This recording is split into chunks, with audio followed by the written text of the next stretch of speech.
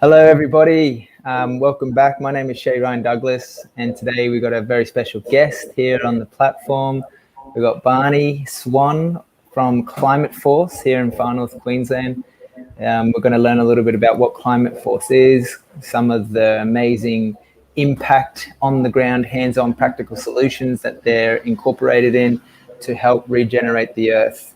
So give you a little bit of background. Barney and I met very recently at the Regeneration fundraising event here in Cairns, and it was beautiful little synchronistic opportunity to realize that, wow, we're both on the same page. We both share the same values and mission to help regenerate the planet, to use our energy in the best way possible to create a positive impact. So I want to welcome you, Barney, to the platform and to the channel. And maybe if you just want to introduce yourself a little bit, maybe you could share kind of what the main purpose is of ClimateForce. And also I'm really curious as to what was the main intention, or what was the main catalyst that was initiated for you to create this non-for-profit organization to give back to the earth.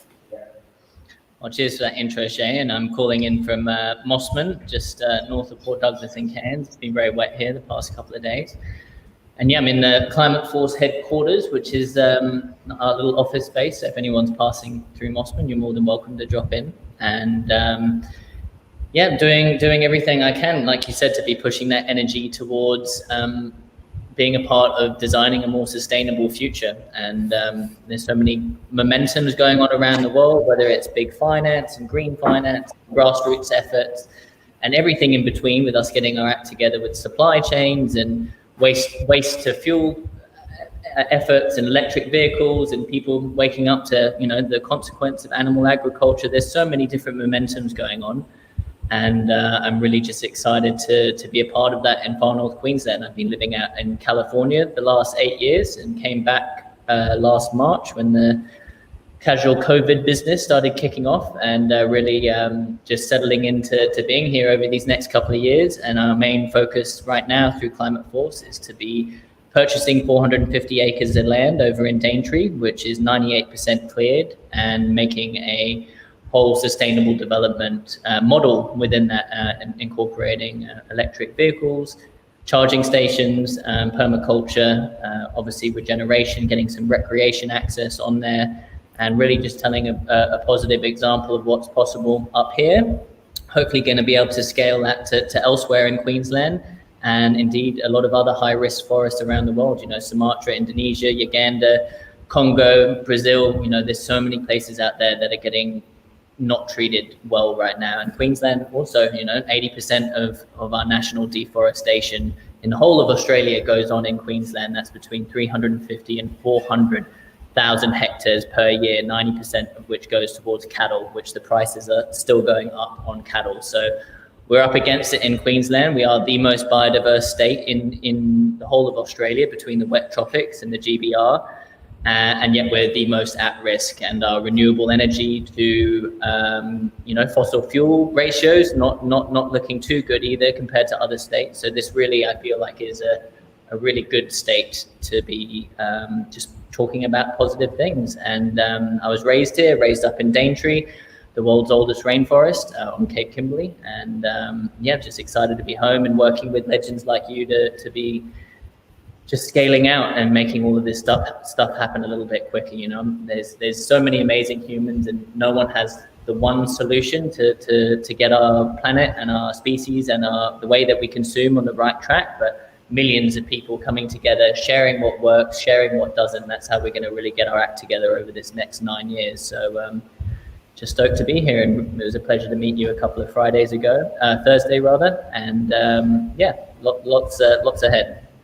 Yeah, thanks, Barney. It is really exciting. You're right. Something that I feel we can really open up the conversation on today, and of course continue this conversation as the weeks go on to support one another. And what I love about what you shared just then is that ultimately no one has all the answers, but together, when we collaborate and we connect with the community that's in our immediate physical environment, whether it's here in far north Queensland or different bubbles that are around the state or even in the world, we can really make true change. And that for me is really exciting, because we're here in the same place and we share a similar vision, and there's many people who also have a similar vision to create, you know, a harmonious existence in a beautiful environment that we're so blessed and privileged with here in far north Queensland, with the abundance of diversity of rainforest and wildlife, and particularly fresh water. And so I guess I just wanted to share a little bit. Maybe you could share a bit about the organization ClimateForce, and you already touched on the project that you're seeding and you're birthing. I'll pull up on the share screen the website so people can get a better understanding of the purpose of the organization, and maybe you want to give us a little bit of a background as to when it started and also how it started. That'd be awesome. I'll just pull up the website. Yeah, and just to add on one thing you said there, I think that we have to realize that the English-speaking world and the Western world is only one version of all of those different models and all of those different things coming together. And I find there sometimes is a bit of an arrogance from the West that we have to help them develop sustainably, you know, the upcoming, you know, third world nations or wherever it may be, but we need to work with them and also learn from, you know, it's not a one-way street. We can learn so much from the Pacific Islands and how they're mitigating against sea level rise, for example, instead of just giving them technology and innovation and ways to deal with it. We also need to be learning just as much. So it really is a two-way street between cultures and communities, and just breaking people out of their bubbles. I think that's a big role that we have to be embarking on over this next these coming years. And really nice to see the way. Yeah, you go, mate.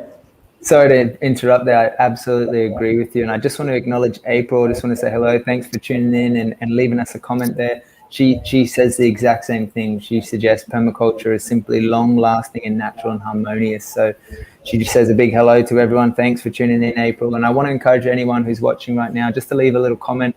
If you've got a question for Barney or I, that'd be fantastic. And I would love to answer them and open up the conversation a little bit deeper. Otherwise, please like, share, and even subscribe to this channel if you're enjoying this video. So, but back to you, Barney, if you want to give us a little bit of a run through on ClimateForce, how it started and where your vision is with it. Too easy, mate. Well, I've been working in the sustainability space for a good 8 years, and helped facilitate a lot of expeditions down to Antarctica. And on all of these expeditions, there's been an ethos of sustainability and leadership in our place, whether a corporate or you manage a community or you're an individual or you're a student, whoever you are, we all have a place in designing a more livable, sustainable future. And I've been doing these annual expeditions down to the peninsula of Antarctica, and I really wanted to do something different, skiing to the South Pole. And so we made the technology that had never come to life before. We made a NASA design with NASA in San Francisco, NASA Ames Station. We made a NASA designed solar ice melting system that could melt snow and ice and turn it into hot water in about 6 hours, just using the power of the sun. We had biofuels made from waste. We had lithium batteries powered off the sun, and a few other technology bits. And we really wanted to prove that we could ski to the South Pole powered on renewable energy, which we did. It took us 2 months, 1,000 kilometers. I got frostbite on my feet. It was all a bit grim, but if we can do it in -40 and be pulling a sled with all of our stuff for 2 months, why can't we do it in Cairns? Why can't we do it in Bangalore? Why can't we do it in New York? Why can't we do it in Russia? Like, we really wanted to prove if you can survive in the most inhospitable place on renewable tech, we can do it everywhere. There's no excuse for it. And that definitely took it out of me, but it did give me the opportunity to be able to go to the World Economic Forum, the COP events, been to the Climate Week in New York twice, yarning with a lot of corporates, helping out them with their commitments, their storytelling. And that expedition finished January 2018. In January 16th, we got into the South Pole.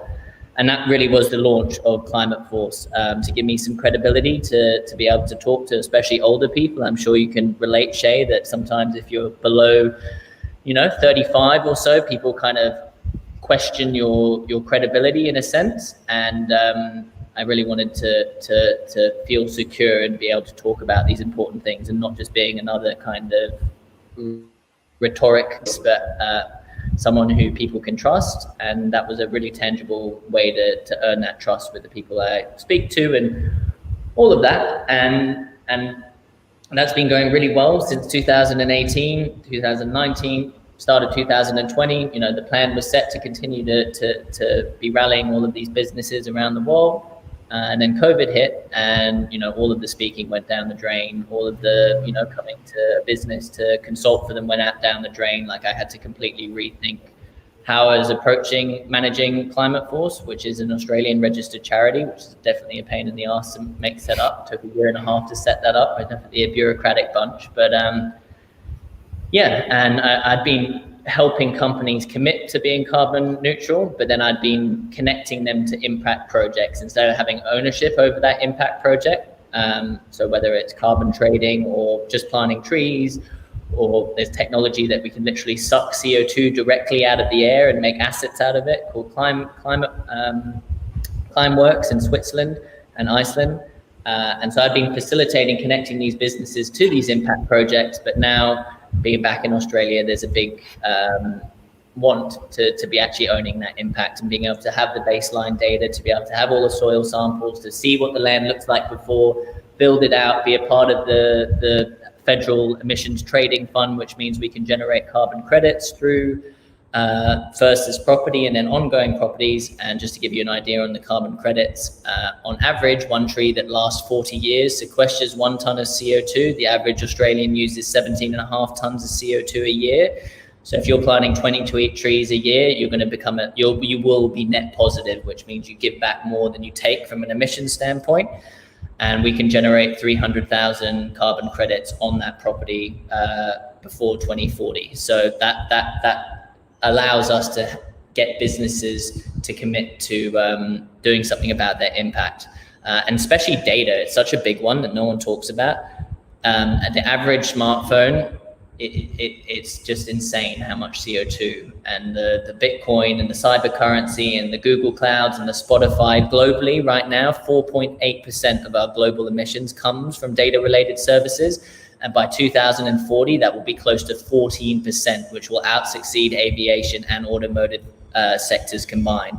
And it's like, you don't think about it. Here we are having a yarn on the internet, people watching in. Data is such a big one that we need to decarbonize and make sure that we're sourcing that 100% from renewable, and all of the materials, everything that goes into that needs to be addressed, and impact needs to be created to address that. And I'm waffling a bit now, but fundamentally it started with the Antarctic, engaging on that global stage, seeing a lot of the positive things like the Sustainable Development Goals and ESG and a lot of these global momentums, which are really, agreement, a lot of things going well.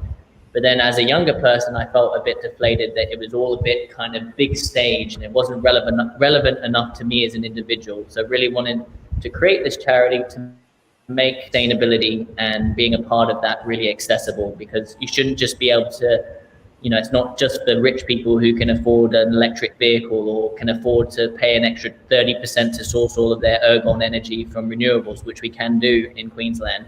But it should be for everyone, including unemployed, including people in crisis situations or whatever it may be. It needs to be far more accessible. And sometimes that it's kind of coated in acronyms like ESG and SDGs and CSR and all of these acronyms that some people are like, I have no idea what you're talking about. And we need to kind of make that language a bit more accessible and make the solutions and the action points a lot more accessible. And that's why I really responded to your beautiful event a couple of Thursdays ago, that what you were talking about, the speakers who were there, the conversations that were being presented, the ethos of the whole event is tangible. It can be felt, it can be touched. And I think right now, especially, a lot of young people are getting a bit overwhelmed with the phones, with the social media, with the news, and we need to bring it back to what we can do with our own hands, in our own communities, and within our own bubbles. So absolutely, man. Yeah, no, it's phenomenal. The work that you're doing is amazing, and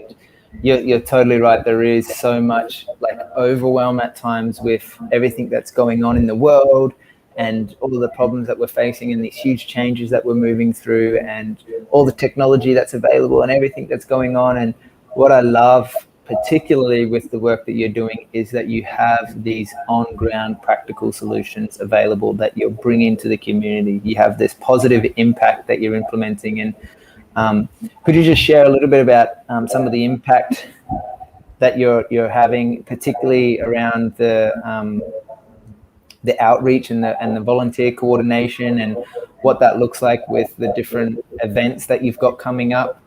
And just give us a little on-ground update. Too easy, mate. And if you go to the website and go to that impact thing, maybe you could have a scroll through while I'm yawning. And but yeah, I'm really trying to bring it more back to regional impact. I just got a formal partnership with the local Kuku Yalanji group called Jabal Bina. So we're going to be doing seed collecting together. We're organized to do 2 cleanups, one just in the regional river that goes Mossman River. There's a lot of trash on one side of it. And there's one beach that we've assessed up in Cape Tribulation called Noah's Beach, which is really, really, really, really full of trash right now. And so we're going to be doing some work with Jabal Bina and making some cleanups happen and building on the efforts of people like Tangara Blue and Parley and Sea Shepherd. You know, there's a lot of amazing cleanup organizations already very active, but it's just a reality that there's still tons and tons and tons of trash out there. So whether you're an individual or just want to organize another cleanup, I really encourage, we can't have too many people cleaning up our ecosystems. So that's one of kind of community feel, also working with them on the Junior Ranger program. There's 150 people in Douglas Shire and giving those young people some really tangible things that they can be a part of. Working to create a community garden locally here in Mossman at the end of this month, which will be able to not only get the young people, but some of the gromads, I think someone coined the other day, instead of the gray nomads, it's the gromads. There's so many older people who really want to be connected to the community. And right now, I think a lot of them do feel a bit isolated. So connecting the young, connecting the old, that intergenerational connection, I think it's such a beautiful thing to do that through permaculture and through growing things and sharing that. And just regionally, I'm really excited to be a part of trying to co-elevate a lot of the amazing things that are going on in FNQ. Whether it's, all of these cleanup organizations, the wildlife organizations. We have a frog hospital, a turtle hospital, a bat hospital. We have wildlife carers. We have the Agile project looking after the wallabies. We have reef restoration. We have Citizens of the Great Barrier Reef, Eyes on the Reef, the green zones and the pink zones, fishing, wet waters, the tropical wet, too many words, waterways, tropical wet waterways, which is part of the World Heritage Group, and people like Terrain and CAFNEC, and there's so many momentums going on. And I feel like I'd like to be a part and hopefully alongside you to really just make it accessible, because sometimes, unless it's the organization's job like CAFNEC to kind of rally lots of different support, sometimes organizations, and I've been just as much privy to this in how I'm managing my own charity, they kind of stick in their own silos and they focus on their own impact. Sometimes because of fear of losing volunteers to another organization, or maybe not getting access to grant money, or whatever it is. But I think if we can come in and collaborate together instead of compete, we can really position Cairns as being a smart green working capital. That's a big push that the council's doing, JCU's doing. They really want to position our region as an example of sustainability, and obviously being the gateway to two of the more special World Heritage zones around. I think we have a big responsibility to do that well. And in my own way, I'd like to really just be amplifying, especially the volunteer opportunities, and being like, between 4 different organizations, here's some cleanup opportunities. Between 5 different organizations, here's some wildlife opportunities. You can go tree planting with Rainforest Rescue here. You can go tree planting with Daintree Life or CO2, or, do some mangrove research. There's so many different things going on. But I think for the most part, unless you're in the crowd, a lot of general travelers and general locals don't actually know that a lot of this stuff's going on. And I think if we package it as a whole and really elevate all of the amazing work that's already being done, hopefully we'll become recognized as a region who's doing it well, and then we'll get more federal, national, state, federal, and hopefully international support coming our way. So really excited just to be a part of amplifying just so many amazing other humans' work, and me coming in, being very humble to that fact. I don't want to be like, oh, fucking charity man's coming in and blah blah blah, telling you how to do regen, anything like that. I really don't want to push that vibe. It's all about collaboration, and really passionate about that, and especially with the farmers. Like I've worked with some organizations that the cane farmers and the cattle farmers and the banana farmers, they get absolutely roasted by environmentalists, and then they like retract up, go into their shells, and they're like, F you don't have the right to say that. I made this region happen 100 years ago. My granddaddy was cutting cane when you weren't even conceived of, mate. You have no right to tell me how to manage my land. And instead of creating that trigger action, we have to be giving direct incentives to these farmers to be like, yo, if you put 5 meters of veg around your creek, you're not just gonna get a better yield, which unfortunately right now it's all quite production and yield related. You're actually gonna get a direct benefit for doing that, and maybe some carbon credits or whatever it is. Like talking to them about the opportunity instead of like defacing and trying to tell them that the door that they're in is wrong. You know, all we can do is open doors and be like, this is the good stuff that will happen if you come through this. But I think a lot of people really point fingers and get aggressive with companies like who are whatever, big oil, pharmaceuticals, military, like, you know, whatever, Coca-Cola. It's so easy to demify them, and yet they're probably going to go buy a Coke in another month when they've forgotten about that comment, or they're going to go and put diesel in their car, or they're going to hop on a plane or whatever.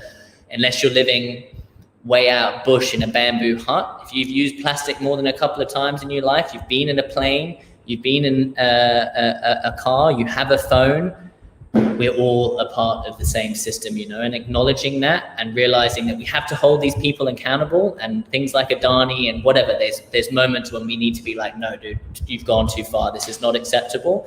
But at the same time, we need to acknowledge that we are all in that same system, and we need to transition with them instead of clashing heads and just trying to rip down the whole system, because that's going to cause even more trouble. You know, if we rip the whole carpet from underneath our global economy, desperate people do desperate things, and the forests will vanish, and there'll be more pollution in the ocean. We need to transition quickly, but also keep economy and the industries that are holding it together stable as we transition.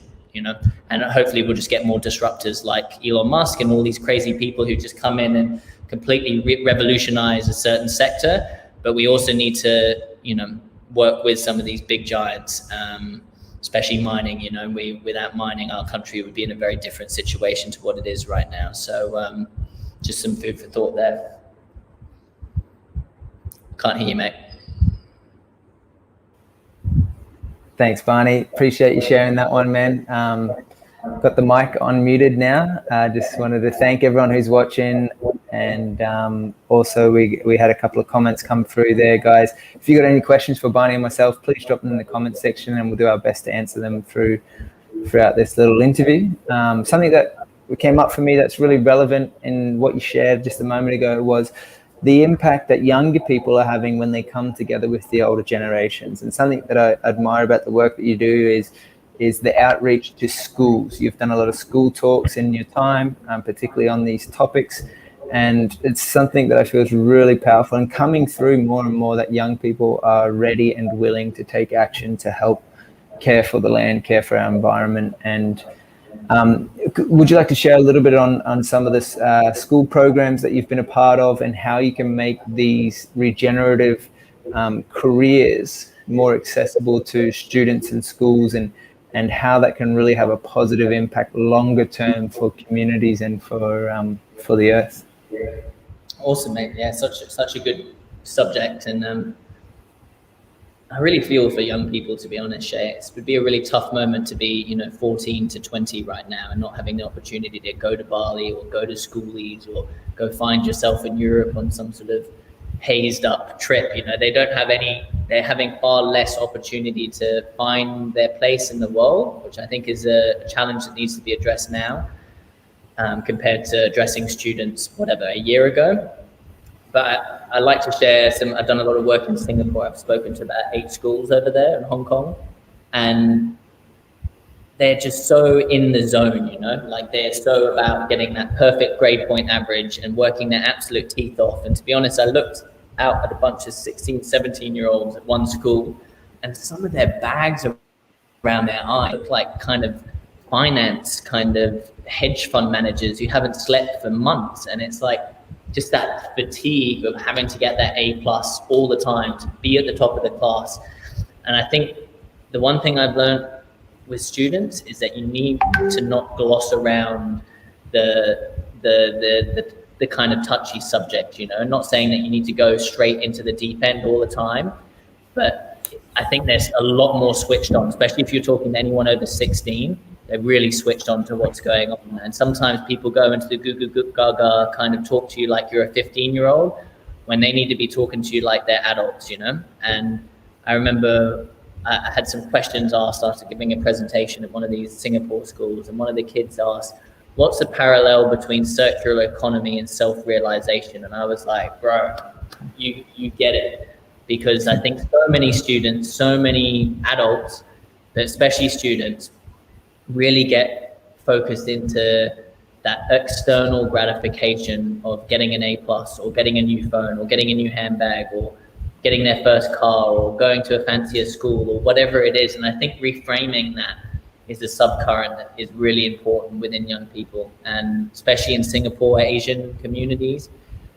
It's just a whole different ballgame. They're just so stressed out, and they're also stressed here in Australia, but sometimes it can be really overwhelming to see how overwhelmed they are. And I think just coming back to that, there's some subjects that are really taboo, but really important to talk about, like porn, for example. I know it's a weird one to bring up, but literally porn this past 10 months with COVID, I guarantee you is having a significant influence on young minds around the world, especially young male minds, and no one talks about it in schools. It's rarely talked about in sex education. And I think it's just as important to be talking about porn as it is to be talking about responsible, like being drugs, porn, and basically sex. Those 3 ones, if you can come to those with students, it's such a big one. And I think the whole culture of consent is how you kind of umbrella it to make it softer, so the sort of like principal in the back doesn't start sort of giving you shifty looks or anything. But talking about consent culture, about what you put into your mind, content you're watching, how violent is it, what kind of porn are you watching, whatever, how much time you're spending on video games, like how you're approaching your first girlfriend or whatever. Those things are so taboo to talk about, but they're like the roots of, I think, a lot of insecurity and a lot of confusion within younger generations. And if we can encourage them to go outside and share stuff with their friends outdoors and get involved in recreation opportunities and go learn a new sport, go learn a new language, maybe volunteer some of your time, get them doing stuff that's out of the grind of the internet, in a sense, because it's really important stuff to be talking about, especially the porn. Like, I literally have had yarns with some young people, and they're like open up and they're like, yeah, I've been really struggling with this stuff. It follows me around on my phone. I can watch it wherever I want, and it's like I'm watching this stuff 4 or 5 times a day, and completely without them knowing it, re-engineering their brains and how they're approaching women, and what a relationship is like, and what going on a date is like, and what all of this stuff is like, And I think if we can be real with this, I think that's one of the biggest hurdles we can get over, is communicating science, communicating climate change, communicating consent culture, communicating regenerative careers, whatever it is. I think just being real with kids. And obviously, if you're talking to kindergartens, you can't be just jumping into the deep end, but at the same time, you can be real to an extent with kindergartens instead of treating them truly like babies, which they're not. So just a bit of things that I've learned from engaging with a lot of students over the years, and they really engage more. You can see everyone's heads going down if you're starting to not talk about stuff that's relevant and interesting to them and being real with them. They do listen, and they often come up and give you a little private, one-on-one thanking you that you talked about it and made them feel less guilty that they're struggling with this stuff and they're the only ones struggling with it, because I guarantee like 50% of the kids in there are struggling with either one of those taboo things that I mentioned. So nice, man. Yeah. Thanks for sharing that nice little segue into the school topics. That's something that I feel is really relevant conversation to have as well, particularly with young adults coming of age in today's world. Bringing it back to the ClimateForce initiative that you've got going on up in the Daintree, where your vision is to regenerate this plot of land and use that potentially as a kind of, what would you call it? Like it's just a blueprint. A blueprint, exactly. Yeah, to take this and implement it in other areas, I think is absolutely fascinating and fantastic, particularly when it's a lot of old, degenerated, deforested, potentially was old growth rainforest back in the day and has been cleared and now is just sitting there waiting to be regenerated, and to actually have the energy of humans to come in and do the work, plant the trees, plant the seeds, get the riverways aligned again, and bring back the wildlife. It's naturally, I'm sure nature would just be inclined to shift that way if human intervention just took a step back and just allowed the process of nature to naturally evolve. We would eventually get there. But something that I feel is really relevant is humans have this capacity to be able to contribute and actually accelerate the regeneration of the planet, which I think is an vital topic to explore. And maybe you want to share like the vision for this and potentially how people can support this vision and be a part of this regeneration of this blueprint.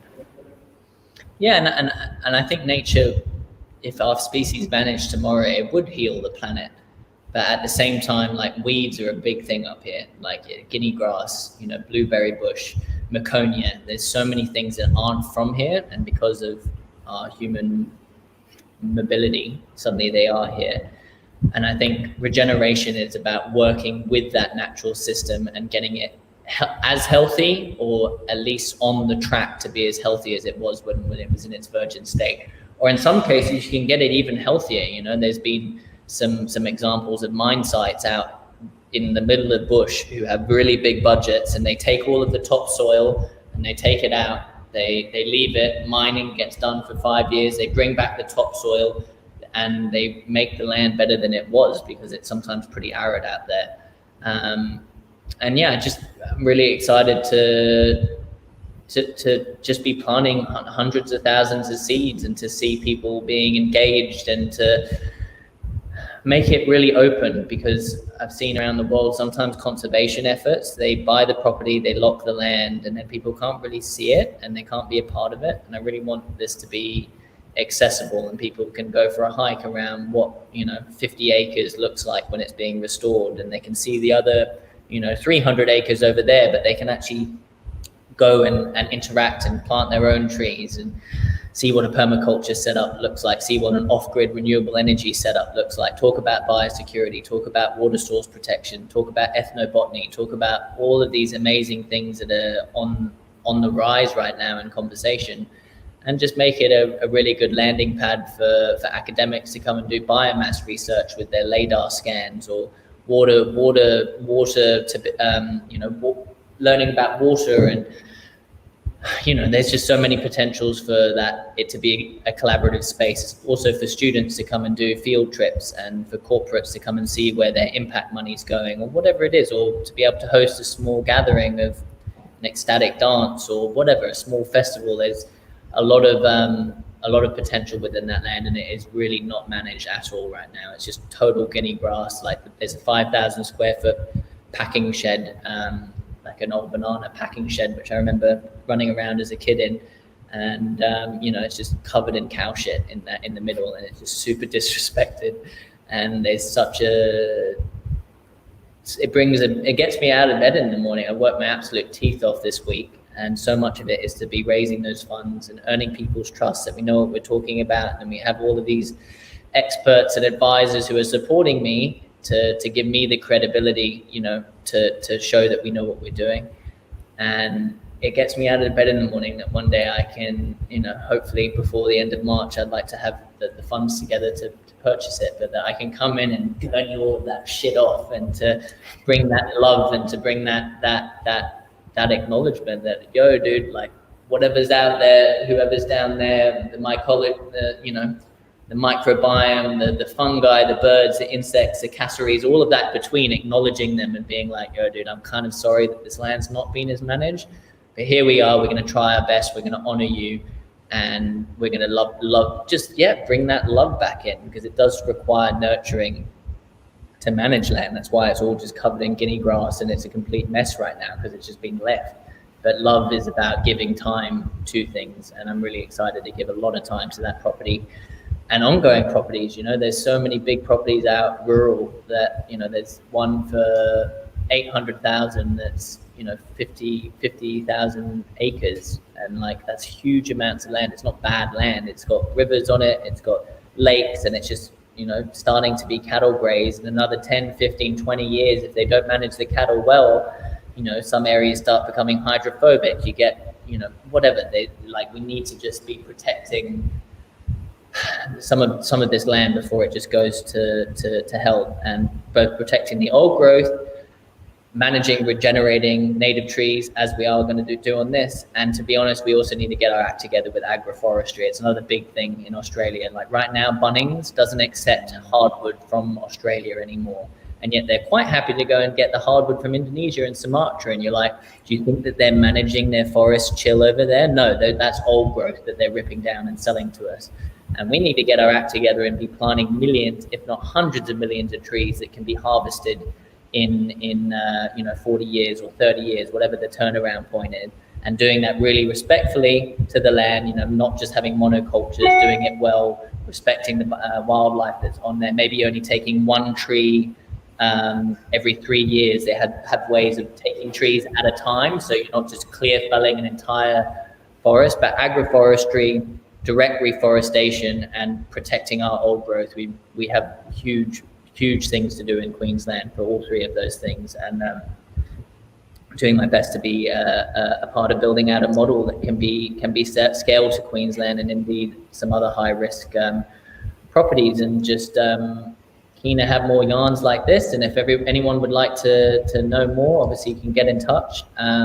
But just want it to be a good news story. I'm sick of, and thankfully we're not seeing it quite as much, but just so sick of seeing people like Donald Trump's face and Bolsonaro ripping down the Amazon, and the Philippine tyrant, you know, ruining their culture, and all of this negative. We need more positive, and we need to make that positive trustworthy, and not to allow greenwash to be an option anymore. We need impact that can be trusted and scaled, and that just feels good. You know, people want those good news stories. It's just a reality that no one's inspired truly by negative. You might get a G up when you're angry and frustrated and you want to have revenge, but that's not a sustainable fire in you. You know, we really are inspired by hope and inspiration, and with all of the people, and I'm just trying my best to rally that. And I want to be a small part of the community that I'd like to bring together. And it's not